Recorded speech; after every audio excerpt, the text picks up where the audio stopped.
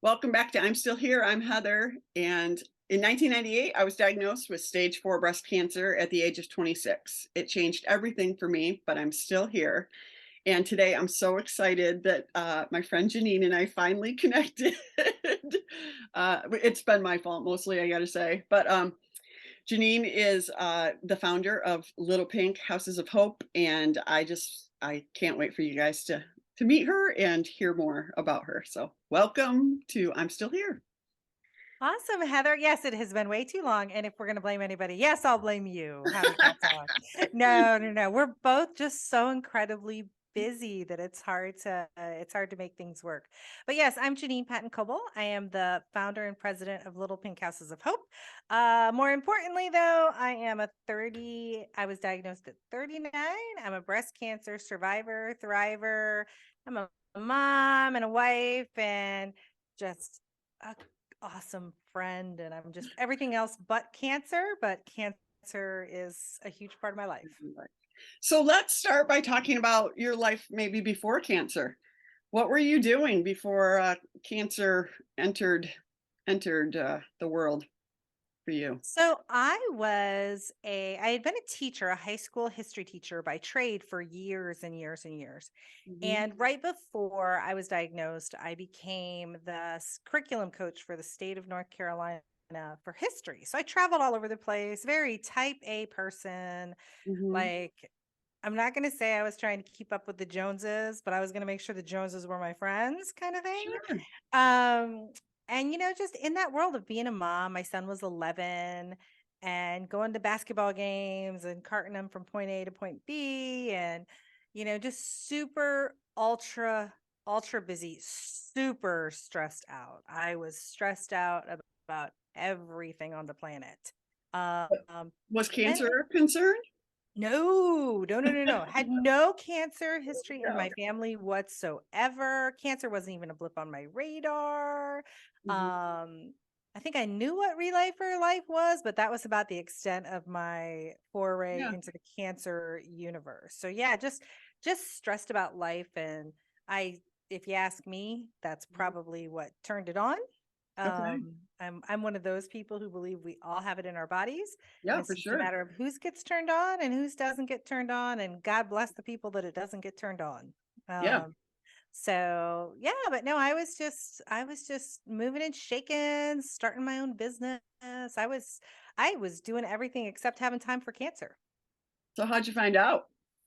Uh, it's really weird. So I felt bad for about 2 or 3 months. I was going to the doctor. They told me I had gallstones. They kept, like giving me all these other things that were making me feel bad. And I did self breast exam every single month.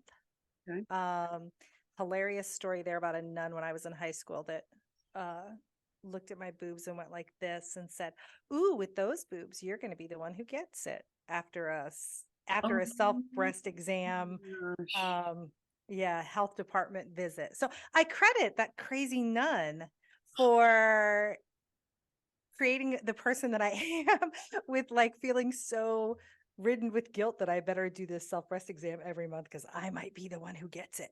Yeah. But yeah, I was 39 when I found out. Just regular monthly self breast exam. Felt nothing 1 month, and then felt something a little bit smaller than the size of a ping pong ball the next.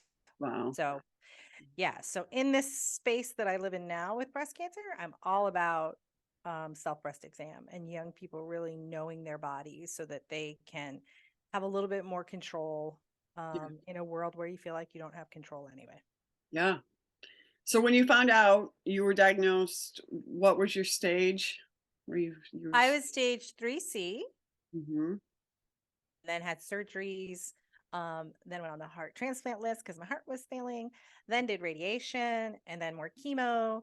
And, it's the life of the cancer patient where you can tell a story. And as part of that story, like being on the heart transplant list is just a blip on the radar. It's just one of the many symptoms, And one day I had no white blood count, or and one day I was on the Exactly. transplant. Exactly. Exactly. You just kind of bump right over it Just really, really because, close to death, but yeah, don't worry about it. super close to death, but I'm not dead. So why focus on it? Yeah. Yeah. Yeah. Wow. Yeah, so no, Um, I was young when I was diagnosed, had no familial history or anything. So it really came as a huge shock to me, to my family, um, and just my psyche. Yeah, I was gonna say, so what how'd you deal with it? What were the things, were you thinking, "I'm just gonna make this fit into my box?" Did it kind of make you go, "I gotta do things differently?" What was some of the what Hmm. I can honestly say that being a type A person, Mhm, I'm a person that if something's in front of me, I'm going to find a solution. I'm going to figure it out. I'm going to move forward. I'm going to move, move, move, move, move. And I did the same thing with cancer. So I very much was like, all right, what do I need to do?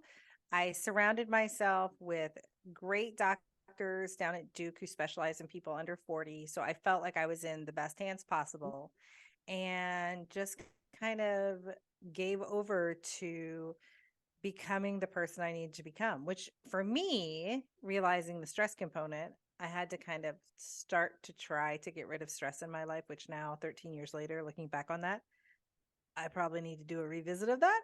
okay, But but trying to get rid of stress, I totally changed the way I ate. I became vegan, still vegan today. okay, Um, and just started to focus on not holding on to anything.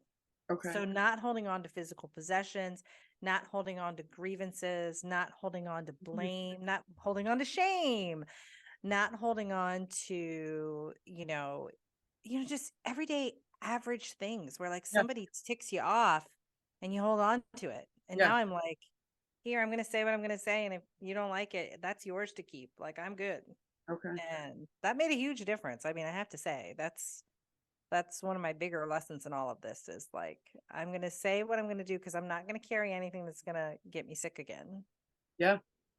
So it's sort of there is some element of what in life can I control and what do I just need to let go? And also how can I best live with myself, right? And feeling like, even when you adopt like a change in terms of nutrition, things like that, I think there's a lot of different ways to think about it. Some people think about it as like, oh, I have to, and it's kind of, there's this relationship with food that makes them really mad, or you can sort of just embrace it and go, hey, I'm going to try this and it's going to do the best it can for me, you Yeah, know? and actually I kind of sort of became vegan by default. I'm allergic to seafood. I felt like I was eating chicken every day. Meat Yeah, tasted like the bottom of a trash can. got it. I was like, this isn't very far to go. All I have to do is give up cheese and eggs and I'm good. And then I really started feeling great. Like Okay. my body felt great. My numbers looked great, So that that was sort even of during thing. treatment. Yeah, towards the end of treatment. Yeah. Okay. And but 100% is something that is about control Yeah. because my husband had a heart attack 2 years after I was finished with treatment.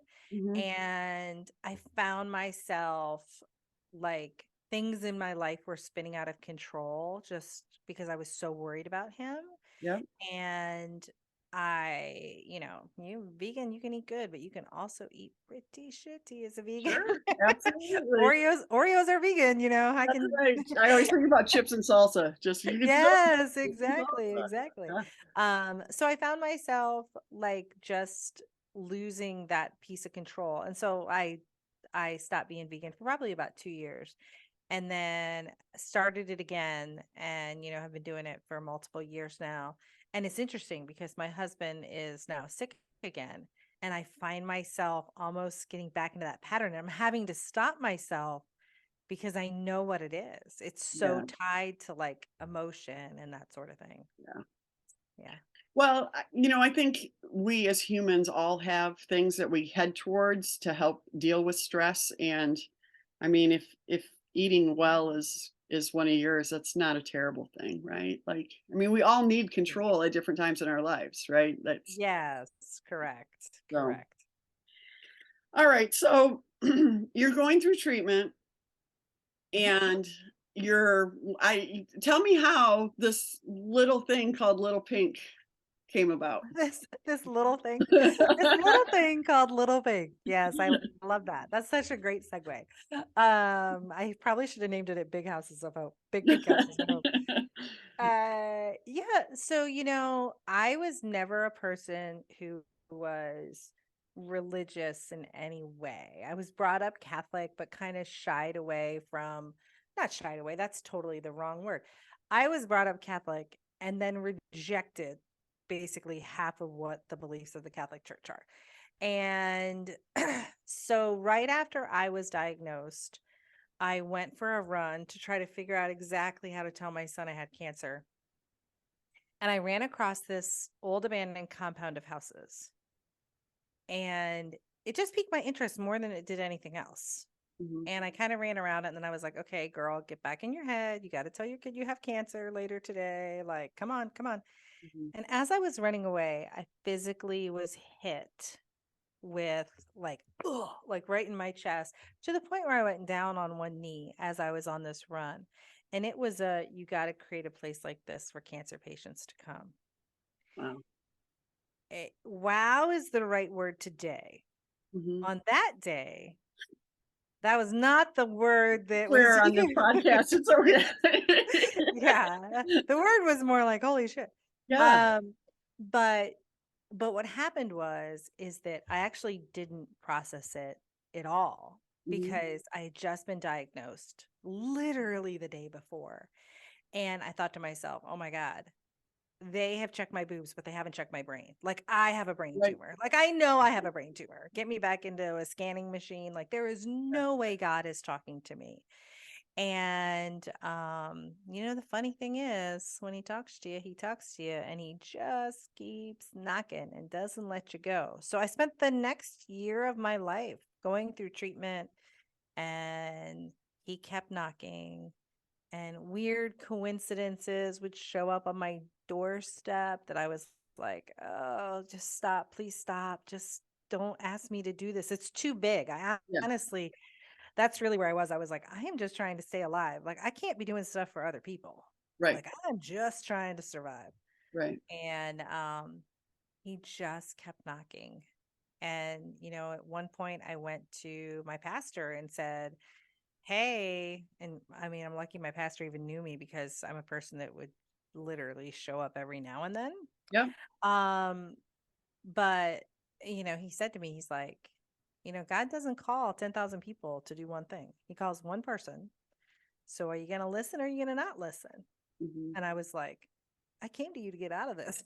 like, like, like That's a it was the whole, sentence. yeah, you were supposed to say, no, you're sick, you have cancer. You just focus on you and your family. But that's not what he said at all. Yeah. So that aspect of my life is by far the biggest change and metamorphosis that I've gone through because of cancer. Like, hands down, who I was before, what I believed, compared to who I am today Mhm. and now what I believe and what is important to me, that is all drastically changed. And it's drastically changed because I started out accepting his calling. Mhm. Then I accepted him. Like I'm not going to say it was in the other order because it Yeah. really truly wasn't. Um and then I figured out how to live in this Christian space as myself. Mm. And that's probably been one of the harder pieces Absolutely. That's is how definitely does something that I've been struggling with. yeah, how to still be me. I'm the give me a vodka soda at 5 o'clock in the afternoon. I'll cuss in a heartbeat. I'll do a lot of things. I can't, list off a bunch of Bible verses. That's not who I am at all. Mhm. My analogy is I felt like God was uh like a ventriloquist, and these Christian people I met, like somehow that he had his hand up their butt or something, and like he was saying the words because I'm like, how can you do that? Like that's just whatever. Like, Yeah. and I was just like, that's not who I am. And so I had to figure out who I was, and I had to learn that I'm good enough exactly how I am, Yeah. and that he loves me exactly how I am, and he made me this way to be able to do the work that I'm able to do. And so there's myriads of things that go along with that, but super excited that that part of my life has changed. Yeah. So how scary was it to be doing cancer treatment, thinking about this calling, and also going like, wait, am I working? Am I going back to work? Am I, how am I supporting? I mean, I'm assuming you were a big partner in, your family's finances and everything else, right? Oh Like, yes. Oh yes. Oh yes. So I was the person who had our health insurance. My husband had a private landscaping business, so health insurance was tied to me and my career. And I was super busy, just traveling all around the state, doing all yeah, those things. I would work 80 hours a week at my regular job, and then I would work another 45 hours a week with putting Little Pink together, and like just coming up with exactly how it was going to be and reaching out to people and creating, even creating the nonprofit and all of those sorts of things. And I remember my husband looking at me one time and he said, you're going to try so hard to help everybody else, you're going to get sick again. yeah, And he was right. Now the back end of that conversation was, okay, so I can't go back to not helping people, so the job's got to go. yeah, And that was super hard to make that transition. And I made it without a salary. I made it without, any type of guarantee of anything. um, Luckily, we had a little bit in our savings, so we knew that we'd be able to kind of last if yeah. things didn't go right. But I tell people that for me, it wasn't about taking a leap of faith Hmm. that God was going to provide. To me, it was a leap of assurance. Like he had assured me with this calling that this is what he wanted done. And so it wasn't about, oh, I have to have enough faith. It was about, he's assured me it's going to happen. So shame on me if I don't Okay. if I don't follow suit. He like put everything in place, and I was the thing that it was mine to get in his way. Okay. And so I just had to get the heck out of his way. So And what yeah. is Little Pink? What is it? Oh, Little Pink is everything. Little Pink is my whole entire world, it seems like. Um, Little Pink is great. So, as a cancer patient yourself, you know that when you were diagnosed, it was not you that was diagnosed. It was your whole entire family, your husband, your kids. You guys all go through it. Every roles for everybody changes. Yep. So, what Little Pink does is we provide a free week-long retreat for breast cancer patients and their families. And we do it in a way where we provide 23 different weeks a year. Mm. And each retreat week has anywhere from 10 to 12 families who come on a retreat. Each family gets their own house. We do all the meals, all the activities, all of that kind of stuff. And all of that, there's great value to that in terms of monetary value. But the real value and the real impact that we have is we allow families to connect with each other. Yeah. We allow them to hit the pause button on cancer. The running joke is it's hilarious that you have to come to a cancer retreat to get the hell away from cancer. So Yeah. you kind of start from this really cool space of understanding that you Yeah. can just jump into the relationship piece. Yeah. And I've been to a bunch of support groups and things like that in the past, and it is super sad when you're in a support group and somebody you're in a support group with passes away. Yep. This is so totally different Hmm. because on these retreats, you know their husbands and you know their kids. Yeah. Not through the words they share in a support group, but Yeah. because these people hugged you and played with you and Yeah. yeah, so it's super impactful. We've been doing it this is our 12th year. and applications are open. People should apply. It's the best Yeah. vacation ever. Yeah. Heather's going to volunteer, so you should put your Yeah. application in just so that you can you can run You the know, the roulette wheel resources. of if she's your volunteer when you attend a retreat. Yeah. Do you have retreat weeks specific for metastatic? We do not, and it's a really interesting question because um, what we have found Hmm. over the course of this 12-year journey of ours is that so many people who are not metastatic Hmm. become metastatic. Yeah. And having people that you already know in that space Yeah. is a beautiful reach. Yeah. And we had one retreat, I want to say it was like maybe our first year. No, it was Hmm. our second year. And there was 6 women. 5 of the women were metastatic and 1 woman was stage 1.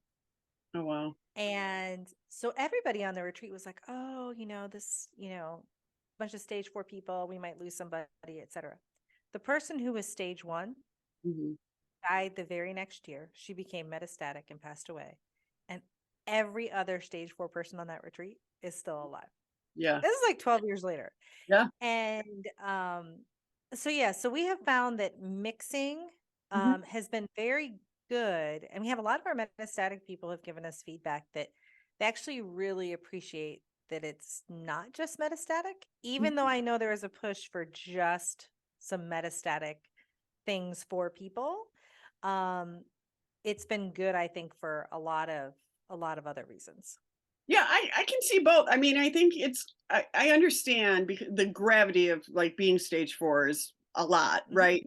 But I think it's also so good for people. I mean, we need people with cancer to come together from breast cancer in Correct. general. And I think it sort of gets joked about in the metastatic world that everybody's scared of us. Like that we're really the ones that nobody wants to become, right? Well, and it's so funny though, because the interesting thing is that what we have seen on these retreats is Hmm. that it's the opposite.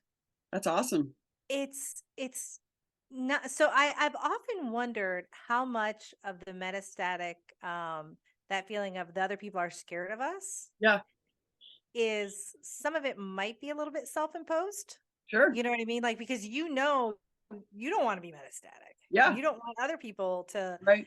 Yeah, but it's been really interesting because what we have found is that there is almost a gravitational pull to people wanting to either be able to support those people to learn more Yeah, because people who aren't metastatic, they're worried they're going to be metastatic. So yeah, it helps me to know people in that space. Yeah, it's sure. been I super love it. super interesting. Super That's great. interesting. Yeah. Yeah. And then we have found a lot of our metastatic participants are really good at um helping. Helping's not the right word, but I'm going to use it because I can't Yeah. think of the right word. But almost helping to show how you need to advocate for yourself. Yeah. And we have found that to be the case with both participants, but really in great hand, the participants' children. Okay. And so like high school age girls or 20-year-old girls who are our daughters, like, it's important. I mean, the point of like being able, my daughter is in a high risk clinic because of my status, right? And Mhm. that's reassuring to me. Now, I don't know if that would happen for every woman with breast cancer, right? Right, right. And what we see happening is because you have some metastatic people who have those experiences in their life, Yeah. they will talk about it. Yeah. And what happens is then somebody who's not metastatic pushes for it for their own Absolutely. kid. Yeah. And I'm like, yes, like that's Yeah. exactly how, we have the ability to help each other. Yeah. Absolutely. I definitely have talked about that. So I'm just even with my personal friends who have daughters that are younger, you know that this is an option and it is helpful. So Absolutely. Absolutely. going back to the retreats, where are retreats at? Oh my gosh, they're all over the United States. They're in the Virgin Islands. No, they're everywhere actually. We're in California, Arizona, the East Coast, Florida, Alabama. We do one in Michigan. And All year kind of round? all points in between. We start up in April. So we Mhm. have our first retreat coming up in about 2 weeks. Yeah, We start up in April and we end right before Thanksgiving. perfect. And that every year our calendar pulls further Yeah, and further. So we're trying to give ourselves at least 2 months to yeah, to regroup and reset. But yeah, mm, they're all year long. They're open for both men and women who have breast cancer and their families. And family, we have single women who come. We mhm, have gay couples who come. We have very non-traditional families. We even had a woman from a group home who is mentally challenged, and all she wanted to do was go to the beach. And okay. she came with the other women in her group home. So, family is, if you got people who love you through this, you're lucky. Yeah, So, yeah. it's your definition of family. So I think it's so cool because you kind of give families the time to be together just as a family, but there's also all of these opportunities to bond with other people, to have fun, to have serious conversations, to kind of there's just so many different ways that they can kind of gain something throughout that week, right? Yeah, it's doing life together. Yeah, So, like when you think about going on vacation and you think about all the cool things you could do, you can parasail, you can jet ski, you can go zip lining, you right. can go out on a boat, you can do all these things. We basically take care of all those cool things Yeah. so that your family can experience it and not have to pay for it. But then also just experience it together as a group. Mhm. And for a lot of patients that come, they love having the opportunity for once in a like it's been a while for a lot of them that they have just been, for lack of a better phrase, the cool mom. Yeah. They've been the cancer mom, Yes. and so to have your kids see you on a stand-up paddleboard Yeah. or to be out on a cruise boat on some big yacht somewhere, having them have a chance to just have fun and not think about cancer and not, Yeah. be worried about doctor's appointments. And there is something to be said for being out of your home environment Sure. and kind of how cancer can feel very heavy in a home to Mhm. the point where even when you come home, it's like, okay, I this Yeah. is where cancer lives. Yeah. So there's something to be said for being away from the cancer environment. And there's something to be said for water. I mean, water is such a healing source. And to be around water, it's amazing for patients. Well, and also you're taking care of so many of the things of daily life, taking care of the meals, taking care of, even the coordination of things. It's just a lot easier to say yes, right? Like Yes. how cool is that to be able to just say yes to things? I mean, Yes. yeah. I'm still amazed. I got to be honest with you.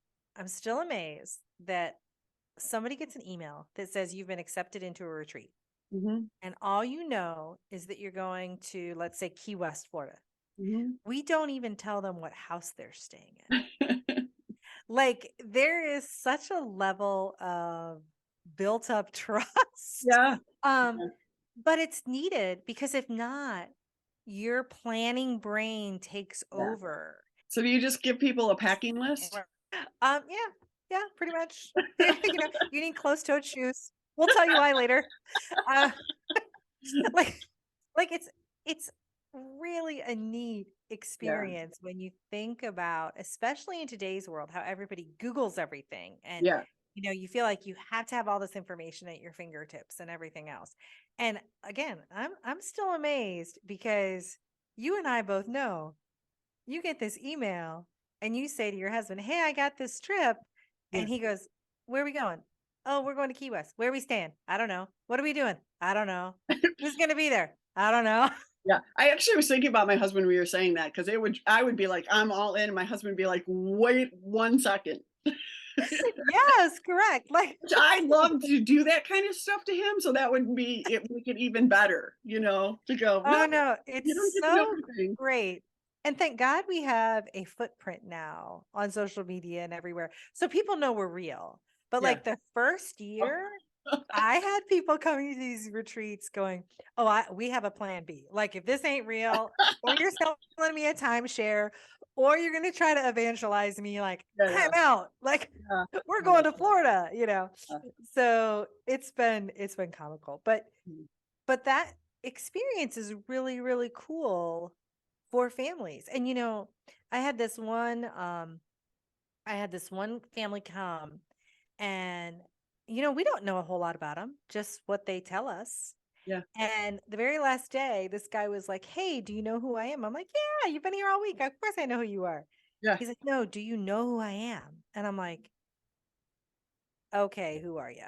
yeah. And he proceeds to tell me he's this big, huge professional snowboarder. And he's from he's from Huntington Beach, California. And he's like, "You have given us something that the money we have can't buy." He's like, Wow. "We live in a huge house in California." He goes, Yeah, "We had this little 2-bedroom place at the beach. The girls were in bunk beds. Like, they're like so excited." He's like, "We really realized how like having a lot means nothing when you're going through this, yeah. And he's like, it's an experience you can't buy." So I tell people all the time, because we do have this thing where we have some people that I feel like don't apply Mhm. because they're like, "Oh, I could afford my own vacation." And Yeah, but can you it's rally the group of people correct. that you just can't do that?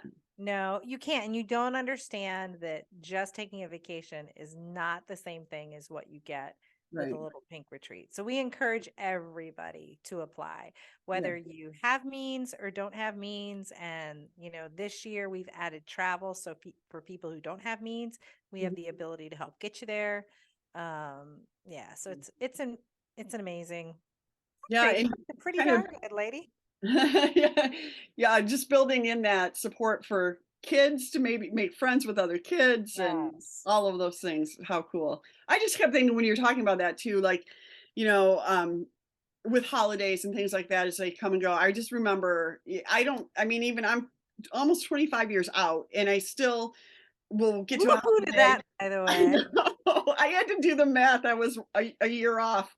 But anyway, just thinking, oh, another holiday. I'm so glad to be here for this. And when that's that retreat, there's so many memories made. And that's really, I think, as moms, when we're diagnosed, it's all about making memories and Mhm. really being present, for our Oh, family. I think if you ask anybody who is a mom, Yeah.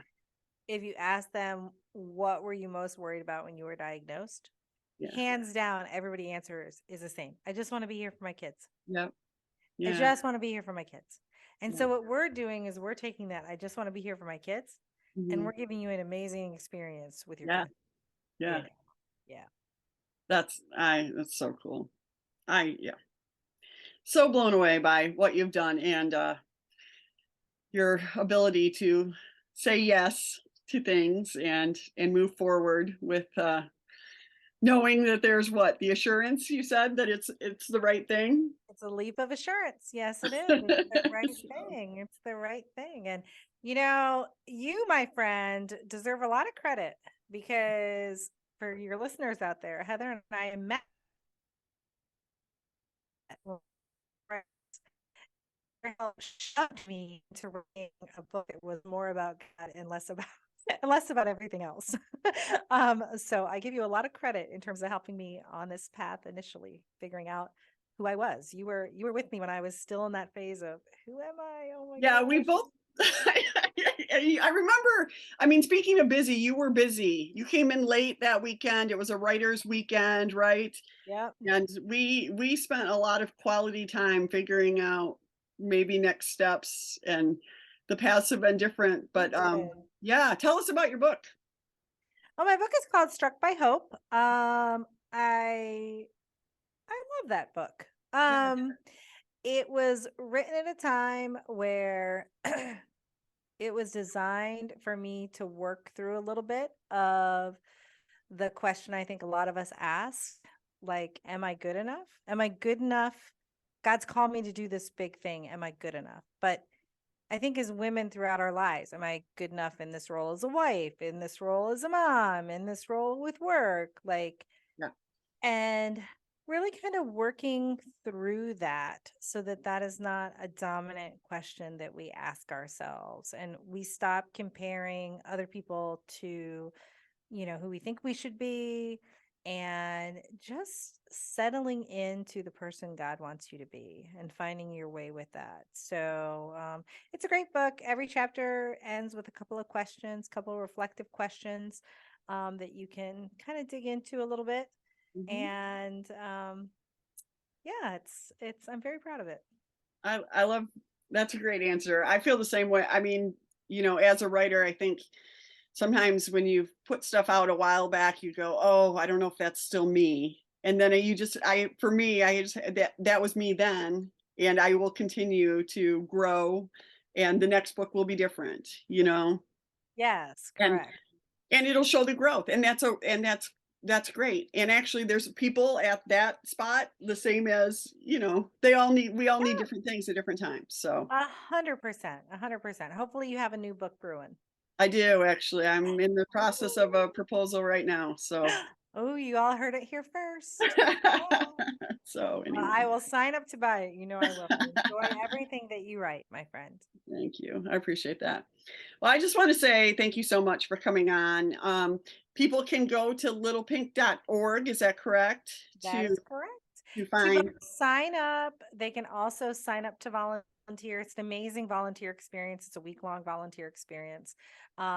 If you are a person who either has a second home or knows of people who have second homes, you can look on our list of retreats to see if it's in one of the areas that we're currently serving, and we'd love for you to donate your home. But just get involved. Not. I mean, like they can donate a week of their home, right? Oh yeah, you don't have to give me your whole house. If you want to give me your whole house, I will take it. But just a week on our schedule would be great too. Yes. Yes. Yes. Yes. I just wanted to clarify. I mean, house donations are great, but House donations are fabulous. We will take them. But no, just a week is fine. I'm good with yeah, just a week. Yeah. perfect. But Well, thank it's an amazing experience for those home donors too, because they get, a card from the family who stays there and a picture. So you know exactly who you're helping, which is great. Yeah, I love it. Yep. I think, connection is the biggest thing these days, and I think there's so many ways for us to feel disconnected now that Mhm. really being able to do things like that are just really awesome experiences. So, Yeah. Well, great. Well, I've enjoyed being here with you, Heather. thanks for coming and hanging out with me for a bit. I'm looking forward to the next time. I'll wrangle you back on here somehow. So, All right. so Sounds much. good. Yeah, yeah, yeah. I'm still here after all these years, after all these tears I shed.